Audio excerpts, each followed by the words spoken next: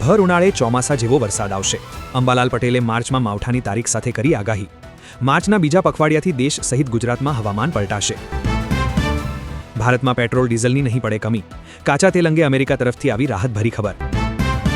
Iran Israel તણાવની અસર ગુજરાતમાં. પેટ્રોલ પંપ પર ભીડ, વાહનોની લાંબી કતારો લાગી. જલ્દી જ આકાશમાં જોવા મળશે પૂર્ણ સૂર્યગ્રહણ જેવી દુર્લભ ખગોળીય ઘટના. હોળી પર કાળજું કંપાવી દે એવી ઘટના. 4 વર્ષના નાના બાળકે હોળી રમતા નાની પર પિચકારીથી રંગ લગાવ્યો. મહિલાએ ઉકળતા ગરમ પાણીની ડોલ માસૂમ પર રેડી દીધી. અમદાવાદમાં ક્રિકેટ ફીવર. T20 ફાઇનલ પહેલા હોટેલોના ભાવમાં 5 ગણો વધારો. એક રૂમના 75,000 સુધીના ભાવ લખાયા.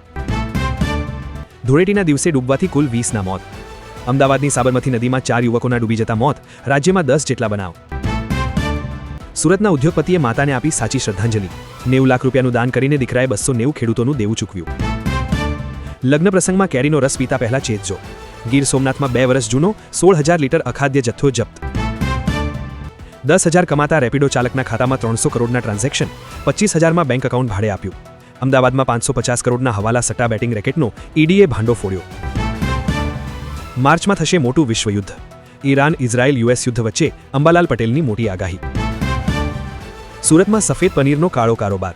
તેલ અને એસિડથી બનતું 1400 કિલો ઝેરી પનીર ઝડપાયું. ઉદયપુરની ગરિમા અગ્રવાલે પોતાના 61 વર્ષના સસરાને બચાવવા માટે પોતાનું લીવર દાન કર્યું. ગરિમા અગ્રવાલ વિશે તમારી રાય કમેન્ટમાં લખજો. કોઈ પણ જહાજ પસાર થશે તો એજે બિઝનેસ ફેક્ટરી સળગાવી દઈશું, ઈરાનની ભીષણ ધમકી. તો મિત્રો, આજ હતા આજના મુખ્ય સમાચાર.